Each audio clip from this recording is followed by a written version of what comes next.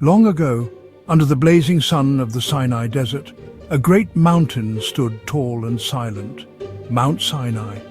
There, God chose to meet with a man named Moses. The people of Israel had just escaped slavery in Egypt, and they were learning how to live free. But you know, freedom without guidance can lead to chaos. So God gave them a divine framework, the 10 Commandments. Thunder rolled, lightning flashed, and a thick cloud covered the mountain. The people trembled below while Moses climbed to meet with God. From the smoke and fire, a voice spoke, not only for ancient ears, but for generations to come. 1. You shall have no other gods before me. In a world filled with idols and false hopes, this commandment called for loyalty to the one true God. Today, our gods may look like money, fame, career, or even self. This command challenges us to put God first, above all else. 2. You shall not make for yourself a carved image. Back then, people carved statues of gold or stone and bowed to them.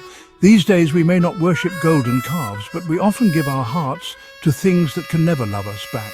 Material things, social media, or status symbols. This command calls us to worship God alone, in spirit and in truth. You shall not take the name of the Lord your God in vain. God's name is holy. This isn't just about cursing, it's about using God's name with reverence.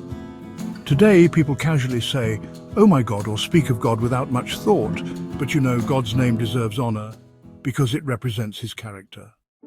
Remember the Sabbath day to keep it holy. 1 day out of 7, God says rest. Not just a nap, but a soul-deep rest in him.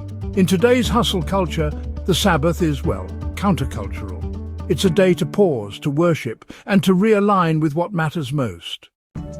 Honor your father and your mother. Family was central in ancient times, just as it is today. This command teaches respect, not just for parents, but for all authority. In an age where rebellion is often praised, this is a call to humility, gratitude, and legacy. You shall not murder. You know, more than just the physical act itself, Jesus later taught that anger and hate in the heart are really the roots of murder. In a world filled with violence, cyberbullying, and hate speech, this commandment asks us to be life-givers, not destroyers. You shall not commit adultery. Faithfulness matters. In a time when relationships are, well, often seen as disposable, this command calls us to honor covenant and purity, to protect love and trust. You shall not steal. Now, it's not just about robbing banks, you know, it's also taking what isn't yours, time, credit, ideas, or even opportunities. God really values integrity in every corner of our lives. You shall not bear false witness against your neighbor. Truth, it truly matters. Gossip, slander, and, well, even online lies all fall under this. The command reminds us to speak truthfully and protect others' reputations. You shall not covet. Wanting what someone else has can honestly poison the soul. This command is about contentment. In a world of comparison and consumerism, it invites us to be grateful for what we have. When Moses came down the mountain, he carried these words on stone tablets. But you see, the real goal was for them to be written on hearts. Today, the 10 Commandments aren't just ancient rules. They're a roadmap to freedom, love, and holy living in a broken world. A voice still calls from the mountain, echoing into our time, "Walk in my ways, and you will live."